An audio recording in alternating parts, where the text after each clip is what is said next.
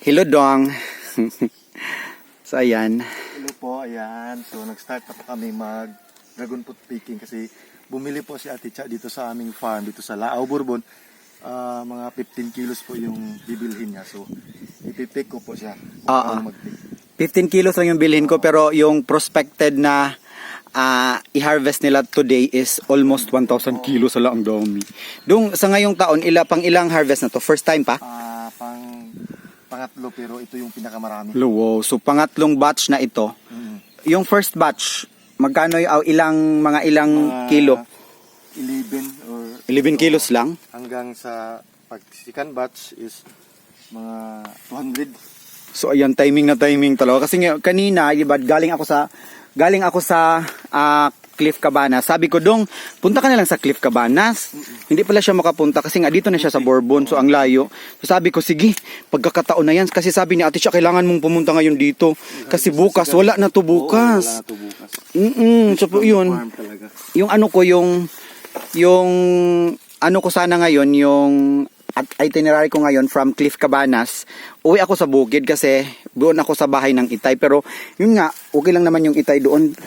Pero ito, ano lang to once in a blue moon lang to. Kasi siguro sa susunod na marami pa rin, pero maghintay tayo ng siguro mga 2 months na naman dong, no?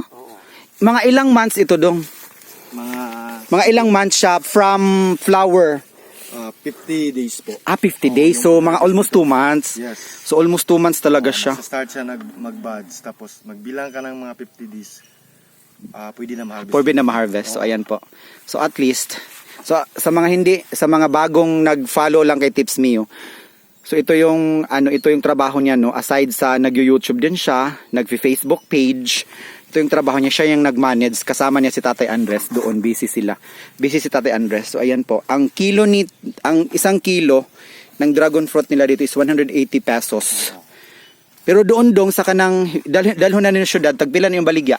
180 ra gihapon. Ay 180 gihapon. Dapat mahal-mahal na kay. Sabi ng amo ko, pag mag-reseller is kailangan 100 plus yung orderin. Okay, 100 so, kilos. 160 yung bigay. 160. Pero pag 100 pa ubos, 180 po yung ibigay. So ayan, kung mag-reseller kayo, ang maximum or ang minimum na kilo is kailangan mag-order kayo ng 100 kilo.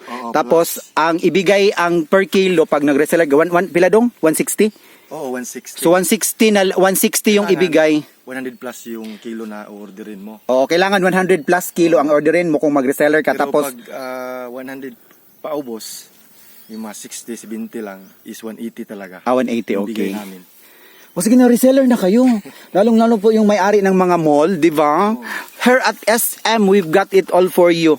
Huy, sir, kisano si Sir Gilbert Maniego.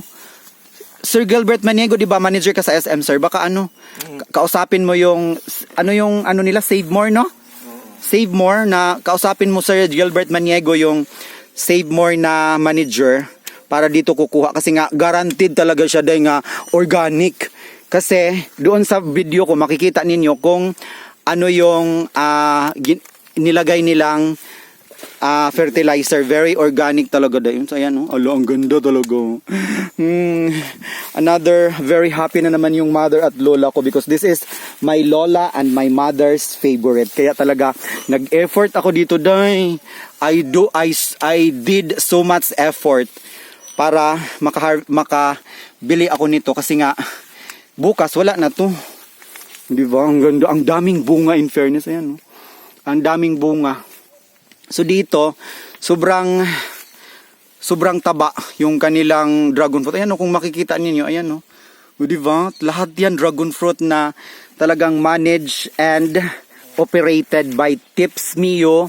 Yung totoong pangalan ni Tips Mio pala is Jaime Saison Jr. ba? Yet, Junior pala siya sa kanyang father. Ang daming bunga dito. Masasabi mo talaga perfect.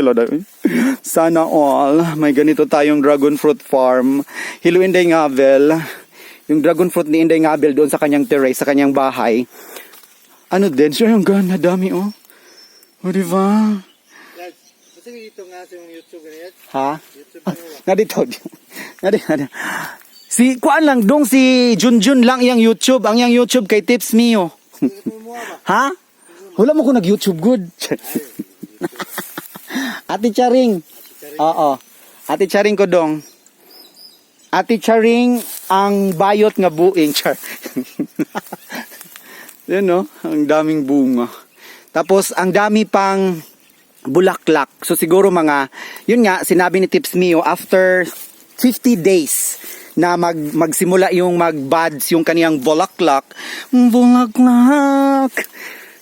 After 50 days, ay pwede na siyang harvestin. So siguro mga, ano ngayon, June, mga July, mga third week of July dong, no? Oh. Mag-harvest na naman yung mga bulaklak na ano ngayon. Tapos na ma-harvest itong lahat is gano'n namang Mga bulaklak na sisibol na mga bagong ano, no? So kailangan talaga i-harvest para pag na-harvest na siya, sisibol ulit yung mga bulaklak. bagong bulaklak. Ang atot ay kayakap nang magbahinay ang... So ayan. I would like to personally congratulate Tips Mio kasi talagang napapanindigan talaga niya yung trabaho niya galing sa Taiwan ni. Actually dito siya doon siya sa Taiwan Taiwan to dong? Doon siya sa Taiwan natututo kasi nga yung trabaho niya doon ganito din mag-manage ng dragon fruit farm doon, no, di ba Laisha? Kailan ka babalik sa Taiwan dong? Ayaw niya niyang bumalik doon, agay. Ay nang bumalik kasi nag-surge sila. Huy, sa Taiwan nag-surge ngayon. Marami na namang case ngayon sa Taiwan. Pila na nakakilo dong? Ha? 7 kilos pa? So 7 po. My mother is very masaya. Wow, perfect. mag-harvest sa iba. Uy, perfect talaga doy. Ako na yung mag-harvest dong. Sige. Sige. 6 minutes pa. Oo. Abutin mo natin ng 10 minutes. Sige. Oo. Dito tayo. Pahuway sa dong interview sa tika. Diri oh. Dito tayo. Huway sa kay init ko ayoy madawat atong chinchancho. Char. Okay, so ayan. Actually yun nga ang lugar dito. Siguro dong kailan di ba diyan yung ano no? Sa bandang yan yung Dome. mountain resort yung Dome. Oo. Ano yung nandyan sa Dome? Mga structure siguro at No. Surprise na lang. Dito Soon kay kasi- against the light. Mga Soon kasi gagawin po ito ng tourist spot ng amo ko tapos may entrance. oo, may entrance. Ang dami pang mga project na gagawin namin dito para ma-develop, mapapaganda pa. Binili nila yung sa kabila no. Oo, kato. Yun. Oo, binili nila no. Hanggang doon. Ayan, binili nila doon sa kabila kasi nga dati yung Ito lang. kasi ilang mga 3 years ko na to i-visita Oo, dito. Always. Oo, yung first time naming bumisita doon, siguro mga 2020 pa yon or wala pang 2020. Wala pang pandemic yun eh. Yung dyan o yung mga dragon fruit dyan, kunti pa lang talaga yun. Ngayon ang dami no. And then yun nga, sabi ni Tips Mio doon sa bandang doon, maggagawa ng dome doon. Oo.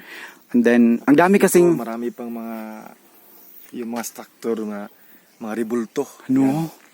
Si target na mo ko gawin po itong tourist. And then, oo nga, maganda talaga dito. And dito sa Bourbon, ang daming tourist spot dito. So to name the few, nandito yung ship na nasa tuktok ng bundok. Ano yun dong? Nakapunta na ako dun eh. Peak. Oh, Dragon Peak, lo. Pero yung dragon fruit nila dun, kunti lang. Kunti lang yun dun, mas marami ang sa inyo. Tapos meron pa ditong Nelmons Farm, no? Oo, Saan yun? Malapit na yan dito, no? Doon din banda. Diba? Ang daming Malapit lang ganun. Sa Dragon Peak. Dito kasi ang Bourbon kasi, Municipality of Bourbon, it is located at northern part of Cebu.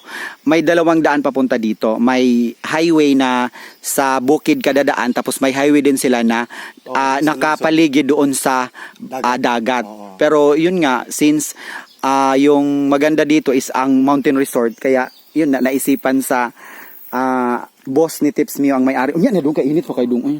Mapagtungtag maayo doon. Kumusta madaot atong chinchanchu. Uy, atong mga brilyante. Brilyante ay. Di ba like? So once again dong thank you so much ha. Talagang I am wala pang pinapayagan, hindi pa yung mga Itsa lang po talaga. yung mga guest dito na gustong mag-walk-in kasi gusto nilang ma-experience yung dragon fruit picking, hintay lang po tayo, no? Siguro mga mga ilang taon kaya dong Siguro teacher, from now. Mga 1 year na lang. 1 year, no? Ulo, excited. Diba? So after 1 year from now, Hindi na kayo makabisit. pwede nang makavisit kasi matatapos na yung kanilang dome dyan. At saka, actually pwede kayong pumunta dito, kakain sa kanilang golden golden manok pala. Restaurant. Dyan sa Ubos. dyan sa yung dadaanan papunta dito yung bungad na malapit lang sa highway, and then I would like to I would like to apologize sa security guard kasi nga hindi talaga ako nagpaalam doon. Pasensya na kuya. Pasensya na kuyang guard. Thank you. Marami sana mapatawad niyo ako kasi nga dati kasi sabihan ako ni Tits Mio na Ate Cha, sige sulod na lang. So ngayon, ang dami na talagang nagbago dito. So ayan, humingi ako ng paumanhin sa security guard doon sa Golden Manok na pwede kayong kumain. Kain kayo doon, mamaya pag baba namin ipapakita ko 'yun at hingi ako ng sorry. Oh, di ba, Laisyo? So ayan, I guess it's my time to pick the dragon fruit, and once again, thank you Dudong Tips Mio for having me, for always having me, for giving me time to pick up your dragon fruit here at Lao. Actually, malapit lang dito. Yung pinuntahan namin ni Paul na yung chicken, yung heritage chicken, malapit lang yung dito dong. Marami pa kayong available na ano dong, na, unsay pangan ana? Kanang coconut ba? Unsay pangan ana? Kokopit, Kokopit. Hindi na pwede magbinta. Wala, hindi na pwede magbinta. Last year pwede pa yun. So ayan, hindi na pwede magbenta kasi gagamitin nila. Dung Jimmy, ano na, off limit nilang kukupit. Hindi na pwede kasi ang ginamit kasi nilang pataba dito kukupit. So bakit pa nila ibebenta na mas nangangailangan sila dito? Okay, so thank you so much and see you once again dong. Jaime Saison pala. Oy, Junjun Tips Mio, thank you for the chance. Oo, thank you for the chance. Bye. Wala akong na-off.